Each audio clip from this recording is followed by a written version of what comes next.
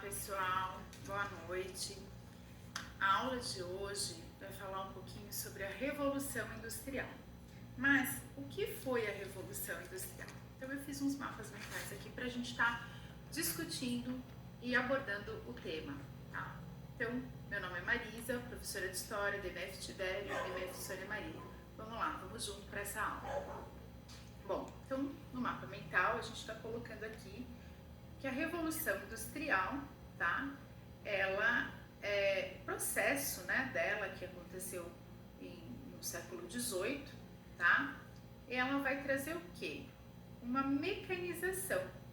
Então o produto dela, né, o produto desse processo dela é o quê? A mecanização. Eu coloquei uma frase para deixar que vocês entendam o conceito Revolução Industrial. Então, o que é a Revolução Industrial? É um conjunto de transformações, né, do processo produtivo, ou seja, do meio de produção, que é caracterizado pela mecanização.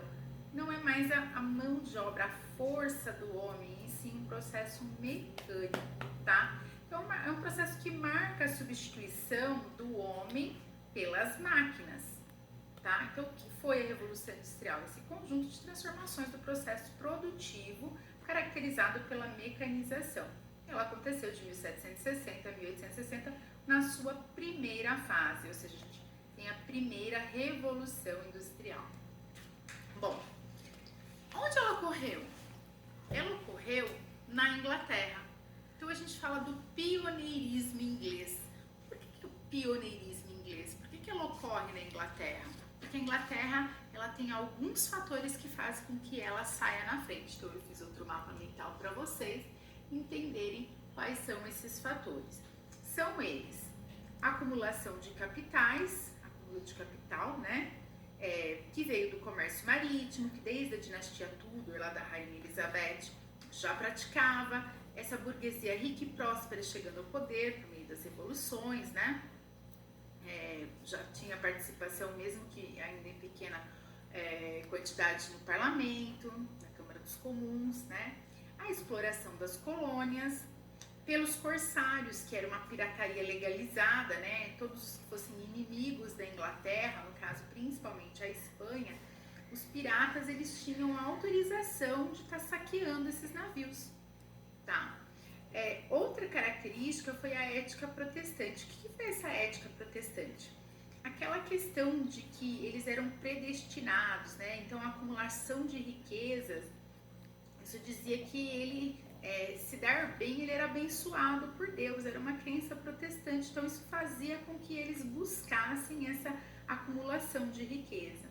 As matérias-primas, o país era muito rico em ferro e carvão. E aí a gente tem também a mão de obra em abundância. De onde que vem essa mão de obra, gente? Essa mão de obra, ela vem dos cercamentos, tá? Ela tinha mão de obra barata e em abundância, que vem dos cercamentos. O que foram os cercamentos, gente? Os cercamentos, para quem não lembra, foi quando a Rainha Elizabeth, ainda na dinastia Tudor, ela expulsou os camponeses das terras comunais, tá? E cercou essas terras, tipo, privatizando as terras para os burgueses, né? Para a criação de ovelhas, e dessas ovelhas eram extraída a matéria-prima para lã, que ia gerar posteriormente as fábricas têxteis, né? Então os camponeses, eles foram expulsos dessas terras, quem não conseguia provar que era dono dessas terras era expulso dessa terra, e eles iam para as cidades para trabalhar nas fábricas por baixo salário. Bom, a gente já falou que a burguesia, ela chega ao poder principalmente pela Revolução Gloriosa, tá? E aí ela domina o parlamento inglês, aprovando algumas leis que favorecem as regras do comércio em benefício a eles próprios, tá? E essa Revolução Gloriosa, né, lembrando que a Inglaterra é uma monarquia parlamentar, foi quando definitivamente colocou a burguesia no poder. Então o parlamento, inclusive, é ele que escolhe o primeiro-ministro, né? O rei reina, mas ele não governa. Quem governa de fato é o parlamento. E este é dominado pela burguesia. Isso tudo é oriundo da Revolução Gloriosa, onde eu já gravei videoaula contando um pouquinho dessas revoluções inglesas. Bom, e também a Inglaterra, ela tem um fator esse último fator aqui, que é a supremacia naval. Bom, por que é importante a supremacia naval, gente? Um país que quer dominar o seu território, expandir o seu comércio, o seu mercado, ele tem que fazer o quê? Ele tem que ter acesso, né? Então, ela tinha domínio naval nesse momento, ele tem acesso a outras matérias-primas e novos mercados consumidores.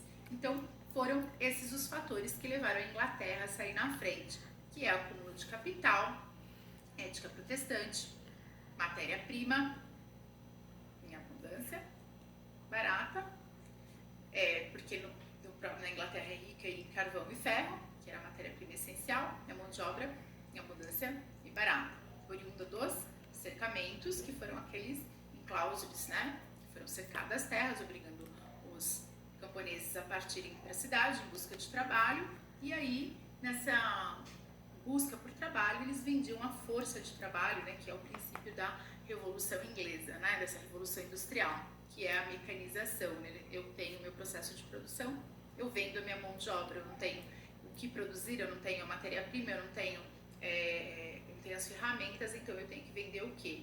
A minha força de trabalho. Bom, e aí esses foram os fatores que levaram a Inglaterra a sair na frente. Bom, quais foram as características mais importantes da Revolução Industrial? Vamos a elas. A Inglaterra ter a matéria-prima no seu território, né? Essas são, deixa eu colocar aqui para vocês enxergarem bem o mapa mental, as características mais importantes. Aí, deixa eu ver, bom, acho que encaixei. A matéria-prima, ferro e carvão, né? E o algodão que vinha lá da América, da colônia, né? E isso vai gerar o quê? Posteriormente, a produção têxtil. A energia, qual que era a fonte de energia? O vapor, que tinha o quê? A primeira invenção, a máquina a vapor. Que setor que ele vai atingir? O setor têxtil. Ele vai criar a máquina de fiar, o tear mecânico, né? E aí nós vamos ter o quê? A formação do proletariado, né? Esse proletariado, gente, ele não tem nada, ele não tem a matéria-prima, ele não tem o que comer, ele não tem como se sustentar. Então, o que ele vai fazer? Ele vai vender a sua força de trabalho. Então, surge essa nova classe social que é proletariado, uma classe que possui apenas a sua mão de obra. Então, nós estamos falando do quê? Dessa característica que é a formação do proletariado. Bom, e aí nós vamos ter uma separação entre o capital e o trabalho. Eu não sou mais o dono do capital, eu estou vendendo a minha força de trabalho. Então, o que nós vamos ter? Jornadas excessivas, maçantes, pesadas, em condições insalubres, e nós vamos ter o quê? Baixos salários, tá? Nós vamos ter aquele aumento de trabalho, trabalhar o dia todo para produzir. Vou dar um exemplo. Eu trabalho numa fábrica para produzir 100 cabides para ganhar R$1. Se eu produzisse 99 cabides, eu não ganhava esse R$1. Então, imagina como era a exploração desse trabalho, tá? Um exemplo fictício, mas só para vocês entenderem como era a exploração desse trabalho. Então, eu levava minha mãe, meu pai, meu filho, todo mundo para trabalhar comigo na fábrica, porque a gente trabalhava pela produção em massa. Bom, e aí, tendo essas jornadas longas e esse baixo salário, né? Essa classe ela é muito explorada. Ela vai criar aí uma certa revolta, né? E vai surgir o quê? O que eu coloquei lá? Vai surgir a divisão de trabalho. O que é essa divisão de trabalho? Então, vai ter crianças e mulheres também participando do trabalho, porque eu não consigo produzir o suficiente para sustentar a minha família. Eu preciso levar o meu filho e minha esposa para trabalhar na fábrica. Então, o que vai acontecer? Esse senhor, essa pessoa que vai trabalhar, ela se vê obrigada a levar a família, ela se vê obrigada a completar a sua renda familiar com a mão de obra dos familiares. Bom, então essa divisão de trabalho se dá homem, mulher, criança. Quem vai ganhar menos? A mulher e a criança. Por quê? Porque eles falam que a mulher engravida, a criança fica doente. Então, essa divisão de trabalho não vai sobressair o trabalho masculino, né? Ele vai ser mais valorizado. E esse trabalho, gente, ele era bem importante porque por exemplo, as máquinas de tear, às vezes dava um probleminha lá, então a criança com a mãozinha, ela era especialista para poder arrumar, porque a mãozinha dela que cabia nessa máquina. Isso vai gerar uma série de mortes de crianças, uma série de mortes de mulheres, se não tinham equipamento de segurança, então era uma exploração muito gigantesca dessa condição de trabalho, tanto das mulheres quanto das crianças, tá? Bom, e isso vai gerar também uma especialização, tá? Então eu tenho um processo para construir algo e eu vou trabalhar em determinada parte do processo. E aí eu vou ficar alienado, porque assim, hoje eu vou dar um exemplo bem bobo para vocês. Eu pego o celular, o chip é confeccionado, é construído num país, elaborado num país, a capinha em outro, a parte da frente em outro. Então, a hora que monta, chega no celular, o trabalhador nem sabe que foi ele que produziu. Ele produziu uma pecinha. Então, começou nesse momento aí da primeira revolução industrial, essa divisão, essa sistematização, né? De cada um não saber nem o que está produzindo. Ele está produzindo uma parte diferente de quando era lá no processo mais artesanal, que ele via o resultado, o produto final, ele participava de todas as etapas, então ele se sentia envolvido naquela produção. Já na Revolução Industrial, não, porque ele é parte do processo. Bom, e aí nós vamos ter o quê? Muita urbanização. Se eu tenho um êxodo rural, as pessoas saindo do campo, indo para as cidades procurarem emprego, eu vou ter o quê? A urbanização, né? O crescimento das cidades. E junto com as cidades, elas crescem desordenadas, sem planejamento. Então, nós vamos ter uma série de dificuldades para que essas cidades elas possam agregar e dar condições de vida para esse trabalhador. Bom, e aí esses funcionários, gente, esses trabalhadores, eles vão participar de muitas revoltas, muitas insatisfações. Por quê? Porque ele não consegue sobreviver com aquela péssima condição, com a sua família correndo risco. Então vai surgir movimentos de contestação. O que é esse movimento de contestação? Eu tenho dois movimentos aqui, que é o ludismo e o cartismo, tá? Bom, cresceram as cidades, estavam desordenadas, poluição, desmatamento, péssimas condições de trabalho. Então havia uma revolta. Os ludistas, né, eles eram liderados por Nat Lud, né, que era o seu líder. Então eles saíram em ato de protesto, eles achavam que a culpa de tudo era a fábrica, né, o surgimento dessa mecanização. Então eles invadiam as fábricas e quebravam tudo. Eles eram conhecidos como os quebra-tudos, né, os quebradores, e quebradores de máquinas.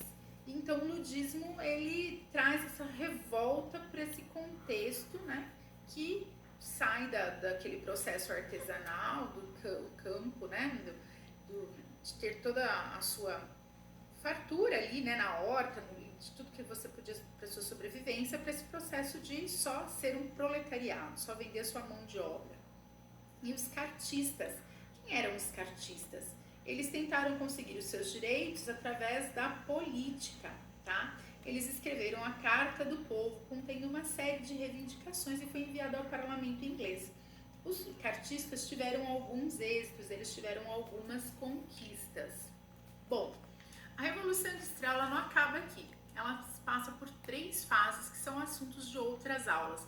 Mas para dar uma fechada para vocês, o que é importante eu saber? Que ela passou por 3 fases, certo? Quais fases foram essas? Olha lá, eu tenho aqui, gente, ó. A primeira fase, ela se expande da Inglaterra para a França em meados do século XVIII e XIX, ou seja, ela sai da Inglaterra, tá? E vai para a França. Gente, mas a Inglaterra dominou o mundo por muito tempo, tá? Ela foi a primeira nação, ela tinha muitas condições e só muito mais tarde é que os outros países foram se industrializar. A segunda fase, ela sai da Inglaterra e França, né? A principal fonte de energia era o carvão, mas a segunda fase ela sai, ela vai para a Europa, Estados Unidos e Japão. E aí nós vamos ter uma nova fonte de energia que é o petróleo, tá? Nós vamos participar aí do novo movimento, conhecer um novo movimento chamado neocolonialismo, imperialismo, porque o colonialismo que a gente conhece é lá do século XV, que buscava lá nas colônias a sustentação da monarquia, né? Nós vamos ter aqui um novo colonialismo, significa novo colonialismo. Nós vamos ter uma busca por matéria-prima, uma busca por mercado consumidor, né? O imperialismo, eu sou a potência que manda, eu é que posso, então eu sou um novo império, tá? Bom, e a terceira fase nós estamos ainda vivendo, tá? Ela se espalhou pelo mundo e essa tecnologia de ponta, essa robótica, né, cibernética, nós temos aí questão até de vacinação, de tecnologia para a área da ciência, para a área da medicina, para todos os setores de nossa vida, né? E é importante a gente falar que essa consequência está presente nos dias de hoje. Onde que ela está presente? Em toda a nossa tecnologia em volta de nós. E é um método de produção bem eficiente, tá? Mecanização, porque ele produz em muita quantidade e em muito menos tempo, né? E as mercadorias, elas são mais baratas, porque se eu tenho mais mercadoria, pode ver que uma coisa que é artesanal é mais cara do que uma coisa que é mecanizada, porque mecanizado ele é construído em grande quantidade, o artesanal é aquela coisa manual, né? Que é onde é colocado a mão do homem ainda. Bom, e aí, gente, o que eu posso dizer aqui? Dessa produção mais eficiente, dessa muita mercadoria, mais barata, ela vai ter o quê? Um estímulo desenfreado pelo consumismo, que é o que a gente vê hoje, tá? Eu troco meu celular, eu troco meu carro, às vezes nem precisa, eu tô trocando, né? A gente tem muito mais do que a gente precisa para sobreviver. Bom, principalmente agora nessa terceira fase da Revolução Industrial. E aí a gente tem, né, ainda o crescimento das cidades e a poluição ambiental, o desmatamento, tudo isso faz parte desse processo aí da terceira Revolução Industrial. Lembrando, Revolução Industrial, processo marcado pela mecanização, o pioneirismo inglês, porque ela tinha todas as condições favoráveis para sair na frente dos demais países, né? A gente falou das características mais importantes, a gente falou que a industrialização ela está presente ainda nos dias de hoje e que essa Revolução Industrial passou por 3 fases. A atual é a fase mais moderna, que é a fase da robótica. Até a próxima aula, fiquem de olho e boa sorte para todos nós nesse momento difícil.